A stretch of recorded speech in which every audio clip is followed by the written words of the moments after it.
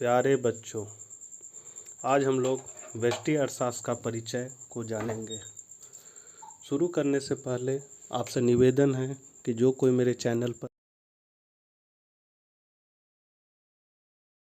नए हैं या जिनको मेरी वीडियो पसंद आ रही है वे मेरे चैनल को सब्सक्राइब कर दें, बेल आइकन को दबा दें, जिससे मेरे प्रत्येक वीडियो की नोटिफिकेशन आपको मिलती रहेगी।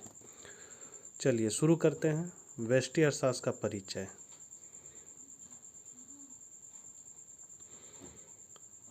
अर्थव्यवस्था का केंद्रीय समस्या।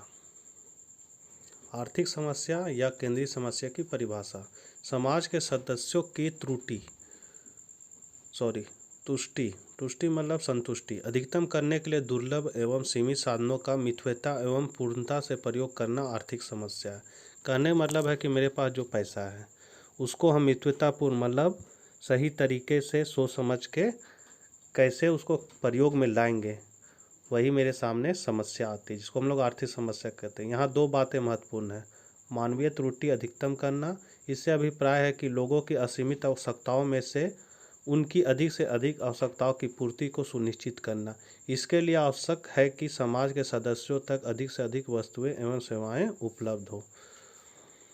संसाधनों का मितव्ययता एवं पूर्णता से प्रयोग करना, वस्तु एवं सेवाओं के उत्पादन में प्रयुक्त साधनों का पर होने वाला खर्च न्यूनतम हो तथा संसाधनों का दुरुपयोग या अपव्यय नहीं हो।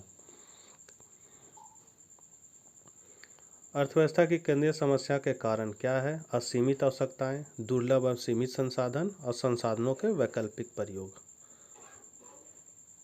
असीमित आवश्यकता, वस्तुओं तथा सेवाओं के लिए मानव की आवश्यकताएं असीमित है। इन आवश्यकताओं की पूर्ति वस्तुओं एवं सेवाओं के उपभोग से हो जाती है, लेकिन एक आवश्यकता संतुष्ट होते ही दूसरी आवश्यकता उत्पन्न हो जाती है। अगर हम कहीं जा रहे हैं पैदल तो हम सोचते काश मेरे पास साइकिल रहता। साइकिल जब अगर मेरे पास आ जाता है तो हम सोचते काश मेरे पास एक बाइक होता। बाइक आने के बाद फिर सोचते काश मेरे पास गाड़ी होता। इससे है कि एक आवश्यकता की पूर्ति होते के साथ दूसरा आवश्यकता तुरंत जन्म ले लेती है। मतलब मनुष्य की आवश्यकताएं असीमित है। सीमित एवं दुर्लभ आर्थिक संसाधन, मानवीय आवश्यकताओं को संतुष्ट करने वाली वस्तुओं सेवाओं को उत्पादन करने वाले साधन सीमित एवं दुर्लभ हैं। यहाँ दुर्लभता से तात्पर्य है कि मांग की तुलना में संसाधनों की उपलब्धता कम है। संसाधनों को प्राकृतिक जैसे भूमि, खनिज, वन आदि, मानवीय जैसे श्रम, शारीरिक तथा मानसिक। शारीरिक हो गया श्रमिक या मजदूर, और मानसिक हो गया जो ऑफिस में काम करते हैं, तथा पूंजीगत संसाधनों जैसे मशीन, यंत्र आदि में विभक्त किया जा सकता है। संसाधनों का वैकल्पिक प्रयोग, संसाधनों को प्रयोग एक से अधिक उद्देश्यों के लिए हो सकता है, जैसे कोयले का प्रयोग बिजली उत्पादन में, घरेलू ईंधन, व्यावसायिक ईंधन आदि के रूप में हो सकती है।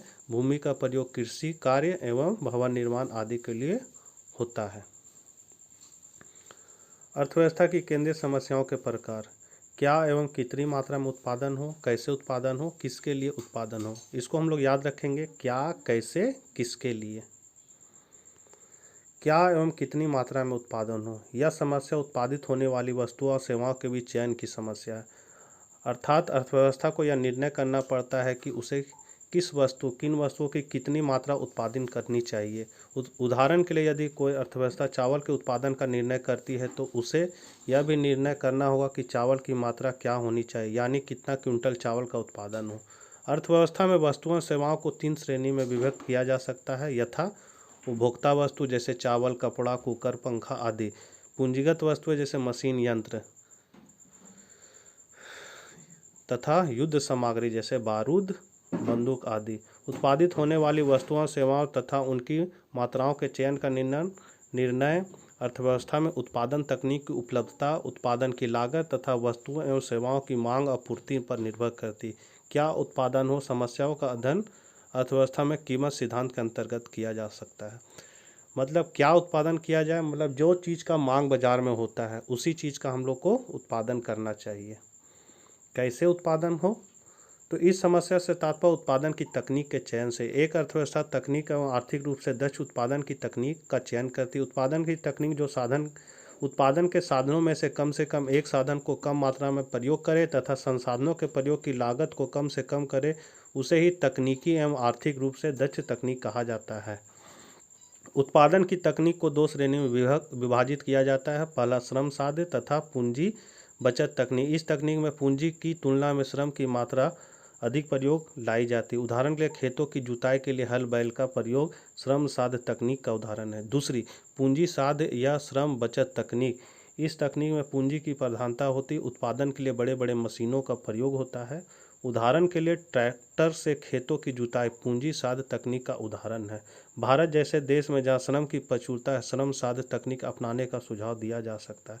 अर्थव्यवस्था में इस समस्या के अध्ययन उत्पादन के सिद्धांत के अंतर्गत किया जाता है।